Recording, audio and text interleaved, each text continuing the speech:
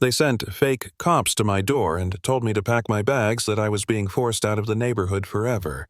For a split second, I thought my life was over, that somehow this insane HOA had managed to bring the law down on me. But when my wife stepped outside, flashed her FBI credentials, and barked, "Identify yourselves immediately," the whole charade crumbled like wet paper. That's how the nightmare ended, but to understand how I got there, you need to know how it began. My name is Jeff Carter. I'm 42 years old. I work as an insurance claims investigator, and until recently, I thought I'd found the perfect suburban dream. My wife, Emily, and I moved into Maplewood Estates, the kind of neighborhood with manicured lawns, kids playing basketball in driveways, and homeowners association newsletters about block parties. It should have been peaceful. Instead, it turned into the ugliest battle of my life. The trouble started with Karen Wallace, the HOA president. At first glance, she looked like every other community volunteer type, perky efficient, always with a clipboard. But something about her was off. She walked past my house every morning at exactly 7:30, lugging a tripod and a camera rig that belonged in a crime lab, not a suburb. She'd photograph my lawn like it was a crime scene. One morning, I finally asked what she was doing. She gave me this sweet little smile and said, "Just making sure we're all compliant with community standards." Community standards, my ass. This woman measured my grass with rulers, took time-stamped photos of every blade, logged them like evidence. Then the citations started. Grass, too long by 1/3 of an inch. Mailbox, misaligned by a fraction of an inch. Decorative rocks. Clutter. Every notice came with a fine $50 a pop, and by the end of the month I owed over $800.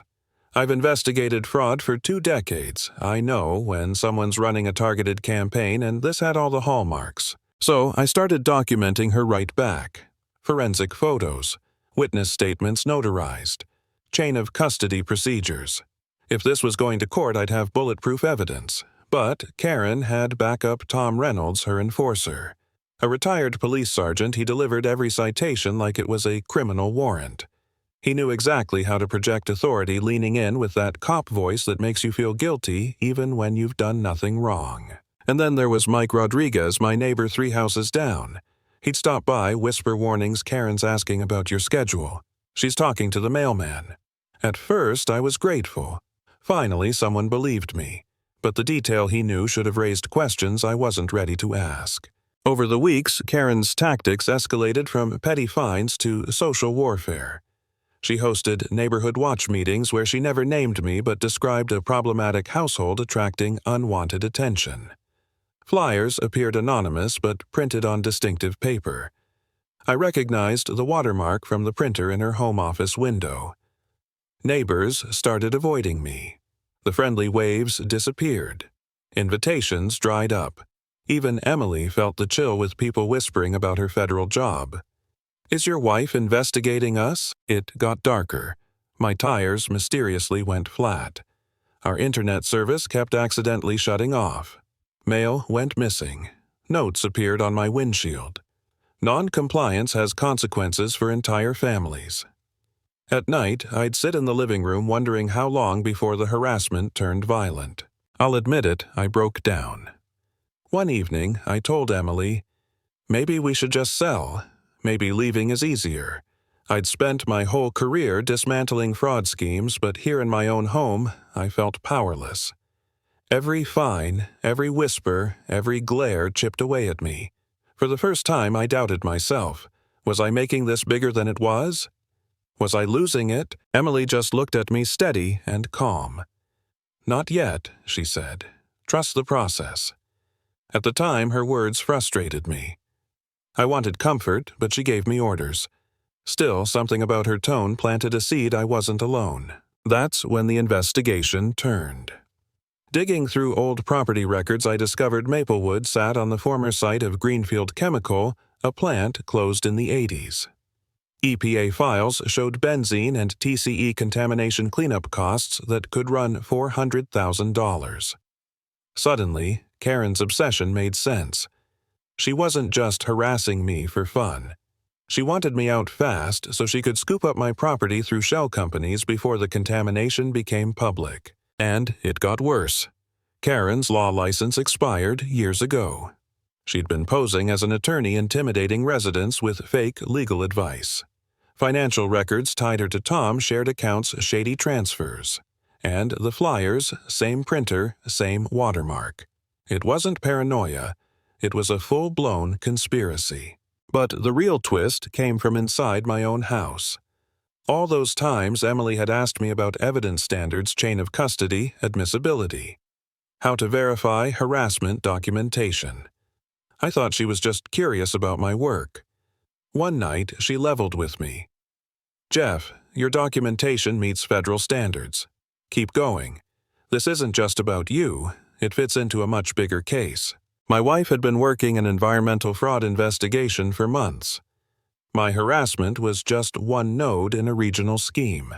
And without realizing it, I'd been collecting evidence the FBI needed. The paranoia I'd felt toward her melted into something else resolve. We weren't victims anymore. We were a team. Together, we built the case. My forensic photos, her federal resources.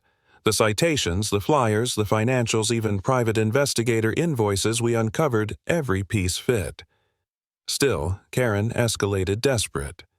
And then came the morning of the fake cops. It was a Saturday. I was having coffee when the pounding started hard, urgent, rattling the door.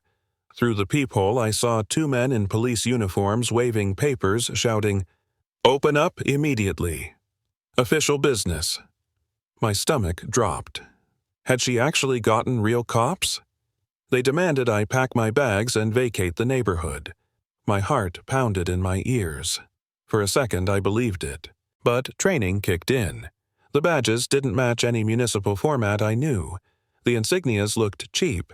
And then I saw it, the price tag still dangling from one guy's handcuffs. They weren't cops. They were actors in costumes. Out on the lawn, Tom stood supervising sweat dripping down his forehead. The man who'd spent weeks intimidating me looked like a kid about to be caught with his hand in the cookie jar. Suddenly, he snapped. "I can't do this. Karen, this has gone too far." His voice cracked in front of half the neighborhood who had gathered to watch the spectacle. And then Emily stepped outside. Calm, composed, her badge glinting in the sunlight. "FBI," she said, her voice like a whip. "Identify yourselves immediately." The effect was instant. The fake cops froze, stammered, one even tried to bolt before Emily stopped him cold. Patrol cars rolled up within minutes. She took control like she'd been waiting for this moment. "Hold the actors. Secure the devices. This is a federal fraud nexus." The crowd went silent. Jaws hanging open. Karen's smug little smile vanished like someone had pulled the plug. In her panic, Karen tried to destroy evidence, fumbling with her phone, shouting, "You can't take this too late." The FBI doesn't show up without evidence already in hand. Her frantic attempt only added obstruction to the list. When federal cyber agents cracked her encrypted files, the scope of her operation spilled out environmental fraud, unlicensed law practice, municipal corruption. A whole network designed to target contaminated properties, bully owners, and flip them for profit. Charges stacked up fast: conspiracy impersonating officers, obstruction of justice, environmental fraud. Accounts frozen. Property seized. Karen, who'd strutted around our neighborhood like a queen, was staring down decades in prison. Tom flipped, cut a deal, and testified against her. And me, I didn't cheer. I didn't celebrate. I just stood there on my lawn, watching the system finally correct itself, feeling something I hadn't felt in months safe. Justice didn't roar in with fireworks. It came quietly in files and stamps and sworn testimony. And it ended right there when the fake authority collapsed under the weight of real law. The lesson: document everything. Trust your instincts and never let bullies convince you their power is real.